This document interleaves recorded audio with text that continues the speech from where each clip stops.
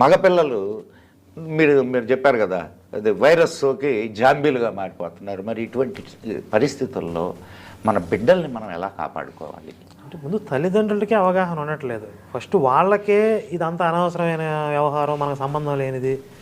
మనం 9 to 6 మన job మనం చేసుకుని సాయంత్రం అయితే సినిమా చూసి సరదాగా కాసేపు ఎంజాయ్ చేసి సోషల్ మీడియాలో వచ్చే రీల్స్ చూసి పడుకుందాం, ఇదే ధోరణితో ఉంటున్నారు తప్ప ప్రపంచవ్యాప్తంగా జరుగుతున్న పరిణామాలు, అంటే మతపరంగా జరుగుతున్నటువంటి ఏర్పడుతున్న పరిణామాలు. ఇప్పుడు ఇజ్రాయెల్ తీసుకుంటే ఇజ్రాయెల్ మీద జరుగుతున్న దాడికి అమెరికా సపోర్ట్ వస్తుంది. అంటే అది మిత్రదేశం అయినప్పటికీ ఆయన ఇజ్రాయెల్ ప్రధాని ఏం ప్రతిపాదన చేశాడంటే అబ్రహామిక్ గ్రూప్గా మనం ఏర్పడదాం. అంటే మతం పేరు మీద ఆయన ఒక గ్రూప్, అంటే ఈ కంట్రీస్ని ఫామ్ చేయడానికి ఆయన ఒక ప్రతిపాదన చేశాడు. ప్రపంచ యుద్ధాల దగ్గర నుండి మన ఇంటి పక్కన